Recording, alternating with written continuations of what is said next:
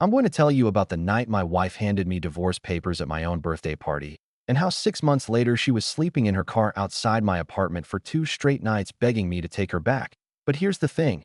I'm getting ahead of myself because you need to understand how we got there first. My name's Todd. I'm 34, and I work in corporate IT, the kind of job where you fix problems nobody notices until something breaks. And honestly, that's pretty much how my marriage was too. Julie came from money, real money. The kind where her dad Bronson owns half the commercial real estate in our city and reminds you about it every chance he gets. We'd been married 6 years, and for 6 years I'd been the guy who married up according to her family, the guy who wasn't quite good enough, the guy who should be grateful Julie even looked at him twice. I was self-made, worked my way through college, built my career from nothing, but to them I was just some middle-class IT guy who got lucky. Her dad never missed an opportunity to remind me of it either. Little comments at family dinners about real business versus tech support, jokes about how I probably couldn't afford the wine we were drinking, suggestions that maybe I should let the men talk when business came up. I took it all because I loved Julie, or at least I thought I did. Or maybe I just loved the idea of proving them all wrong. About 3 months before my birthday, things started changing. Julie got distant, cold, like she was physically there but mentally checked out completely. She started working late, really late, coming home at 10 or 11 smelling like expensive cologne that definitely wasn't mine. She'd smile at her phone in ways she hadn't smiled at me in months, and when I'd ask what was funny, she'd brush me off and turn the screen away. I'm not stupid. I knew something was off, but I also kept thinking maybe I was paranoid, maybe I was insecure, maybe if I just tried harder everything would go back to normal. I started doing more around the house, planning date nights she'd cancel, buying her favorite wine she wouldn't drink, and the whole time, she was slipping further away. Then my birthday came around, October 15th, a Saturday. I wasn't expecting much, maybe dinner at home, maybe she'd remember to get a cake. Honestly, I would have been happy with just spending time together. Instead, that morning she woke me up with this weird, excited energy I hadn't seen in months and told me she'd planned a surprise, that we were going to her parents' house that night. And my stomach immediately dropped because nothing good ever happened at her parents' house. I asked if we could just stay home, just the two of us, but she insisted, said it would be fun, said her family wanted to celebrate with me. And I should have known right then that something was catastrophically wrong because her family had never wanted to celebrate anything with me. We showed up around 7, and the house was full of people, her parents, her sister Annabelle, who was the only decent one in that whole family, some of her parents' country club friends, all of them holding champagne glasses and wearing these weird smirking expressions like they were in on some inside joke. Bronson greeted me at the door with this huge fake smile, shook my hand way too hard, told me happy birthday, and that they had quite the evening planned.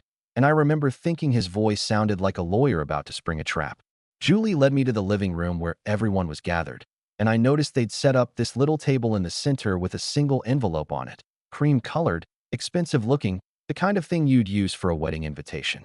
She picked it up, turned to face me with the whole room watching, and handed it to me with this expression I'd never seen before, something cold and satisfied and cruel all at once. I opened it, and inside were divorce papers, already filled out, already dated, just waiting for my signature. The room went completely silent for about 3 seconds, and then Julie announced that she was leaving me for someone who wasn't a disappointment. And I swear to God, everyone started clapping. Her mother actually clapped, and Bronson laughed this deep, booming laugh like it was the funniest thing he'd ever witnessed.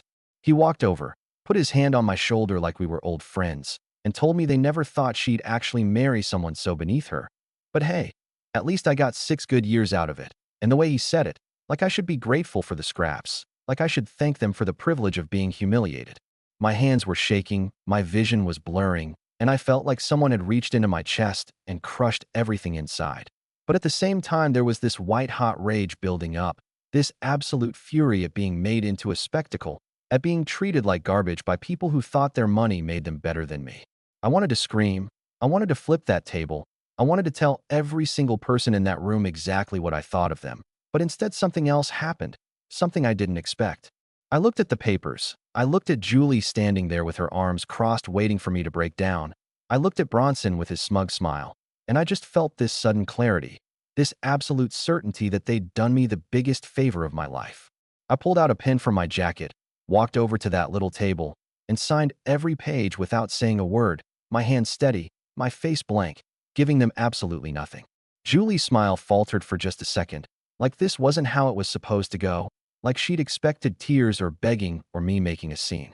I straightened up, looked her dead in the eyes, and said, "Thanks for the birthday gift, best one I've ever received." And then I walked out of that house while they all stood there in stunned silence. I got in my car, drove exactly 3 blocks, pulled over, and sat there shaking for 20 minutes while everything hit me all at once. The betrayal, the cruelty, the calculated humiliation of it all, but also this weird sense of relief because at least now I knew. At least now the pretending was over. My phone started buzzing before I even made it home. Text after text from Julie, asking why I wasn't fighting for us, like I was the one who'd done something wrong, like I was supposed to beg her to stay after she'd just publicly destroyed me in front of her entire family. The first week after the party was the worst week of my life, and I'm not going to pretend otherwise because that's not how this works. I went to work, sat at my desk, stared at my screen, and couldn't tell you a single thing I actually did because my brain was just replaying that night over and over. The look on Julie's face, the sound of everyone clapping, Bronson's hand on my shoulder like we were buddies. I'd come home to our apartment, except it wasn't our apartment anymore. It was just mine, and everything reminded me of her. Her coffee mug in the cabinet, her jacket still hanging by the door, the indent in the couch where she used to sit. I didn't eat much, maybe some takeout here and there. Didn't sleep well either. Just lay there at 3 in the morning thinking about how stupid I'd been, how I'd ignored every red flag, how I'd actually believed that trying harder would fix things. But somewhere around day 5, something shifted. I was sitting in a bar downtown, second beer, third beer, I don't remember, and I wasn't sad drunk. I was angry drunk, the kind of angry where everything becomes crystal clear and you realize you've been playing defense your whole life when you should have been playing offense.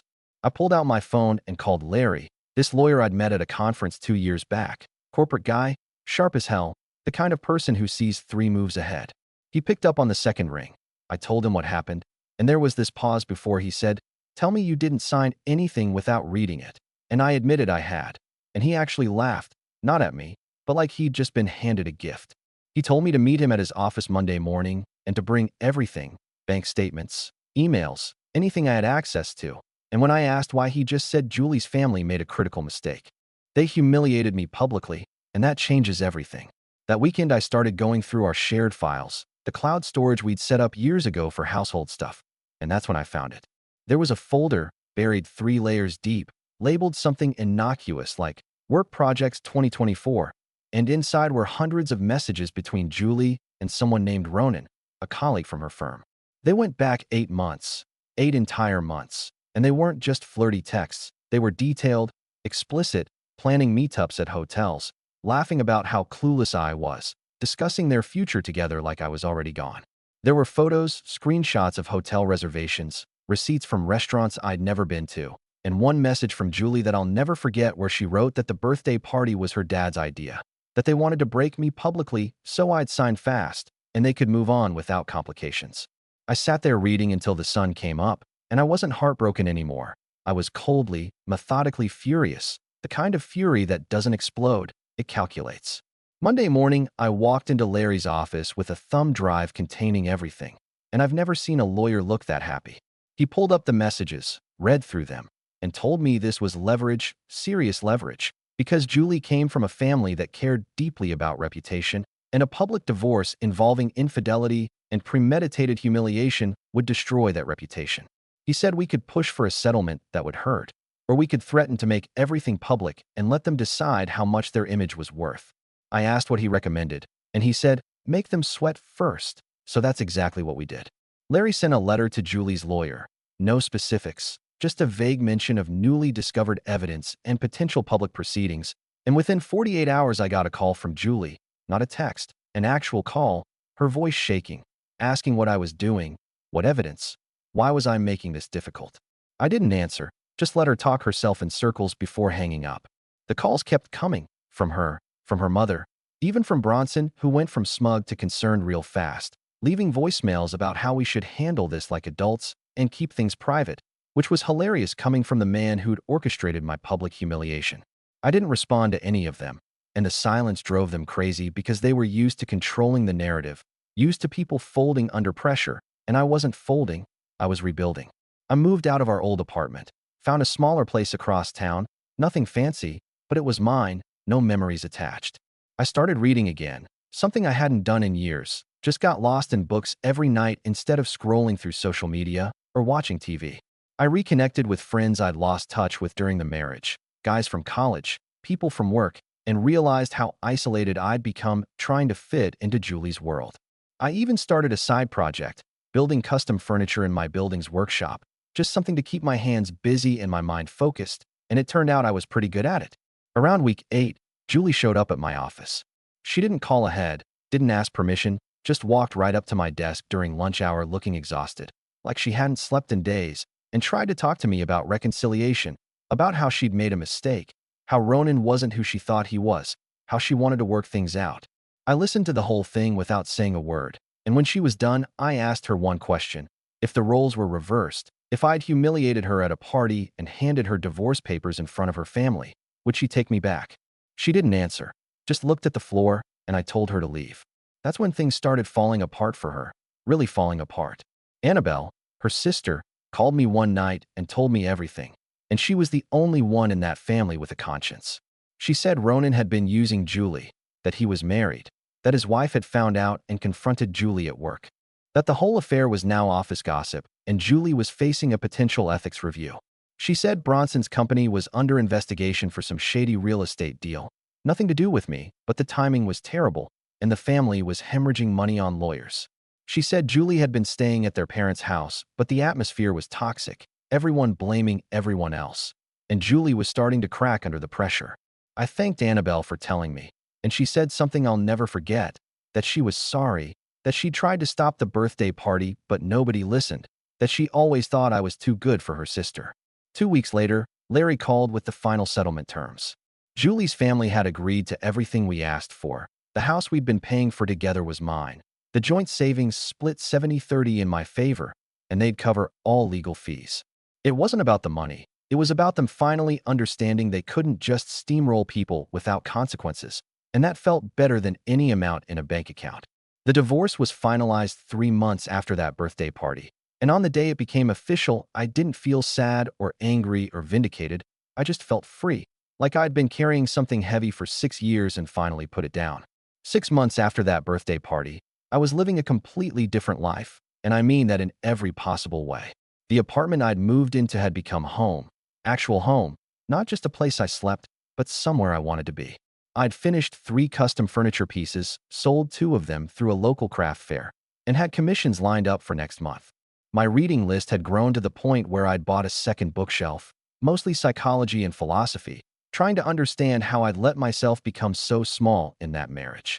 Work was going well too. I'd gotten a promotion, nothing major, but it came with better pay and actual respect from my team, and for the first time in years I felt like I was building something instead of just maintaining it. I'd even started dating, nothing serious, just coffee here and there with a woman named Mia I'd met at a bookstore, and she was kind, genuinely kind, the kind of person who asked questions and actually listened to the answers. Life wasn't perfect, but it was mine, completely mine, and I'd forgotten what that felt like. Then one night in late April, around 11, I got home from dinner with friends and noticed a white Audi parked across the street from my building, engine off, interior light on. I didn't think much of it at first, went upstairs, changed, started reading, but something nagged at me. So around midnight, I looked out the window, and the car was still there. The next morning, same car, same spot, and I could see someone in the driver's seat wrapped in a jacket. By the second night, I knew who it was, because there aren't that many white Autos in our area and Julie had always driven one, and part of me wanted to go down there. But another part, the part that had spent 6 months rebuilding, told me to wait, to let her make the first move. On the second morning, early, maybe 6, there was a knock on my door. I looked through the peephole and there she was, Julie, but not the Julie from the birthday party, not the Julie from our marriage, someone else entirely. She looked exhausted, like she'd aged 5 years and 6 months. Her hair was unwashed, her eyes had dark circles that makeup couldn't hide, and she was wearing sweatpants and an old college hoodie I remembered from years ago. I opened the door and we just stood there for a moment, neither of us knowing where to start, before she asked if we could talk, and I stepped aside to let her in. She sat on my couch, the one I'd built myself, and started crying before she even said a word. Not dramatic crying, just quiet tears like she'd been holding them back for too long. She told me everything, and I mean everything. how Ronan had been lying to her the whole time, how he was married with 2 kids, how his wife had shown up at Julie's office and caused a massive scene that got HR involved. She said Ronan had dropped her immediately after that, blocked her number, acted like she didn't exist, and she'd been placed on administrative leave pending an ethics investigation. She told me her dad's business was falling apart, that the investigation Annabelle mentioned had turned into federal charges, that Bronson was looking at serious jail time, and the family was drowning in legal fees. She said her mother blamed her for everything, said if Julie hadn't been so reckless with Ronan, none of this would have come out, which made no sense, but grief and anger rarely do. She told me she'd been staying in hotels at first, then with friends, but everyone had an opinion about what she'd done, everyone had advice, and eventually she ran out of places to go. So she'd been sleeping in her car for 2 nights outside my building because she didn't know where else to turn. I listened to all of it without interrupting, and when she finally stopped talking, she looked at me with this desperate hope and said she'd made the biggest mistake of her life, that she wanted to come back, that we could start over, that she'd changed and learned and would spend the rest of her life making it up to me. She reached for my hand, and I pulled it away, not aggressively, just firmly, and I told her something I'd been thinking about for months. I said, "Thank you."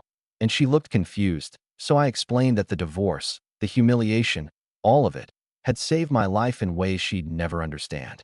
I told her I'd spent 6 years trying to be enough for her and her family, 6 years shrinking myself to fit into their world, and the birthday party had freed me from that, shown me exactly who they were and exactly who I didn't want to be.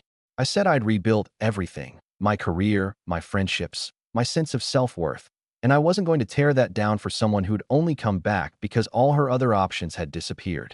She started crying harder, saying I didn't understand, that she really had changed, that she loved me, and I told her maybe she did, but love wasn't enough, not after everything, not when trust was gone and respect had never really been there.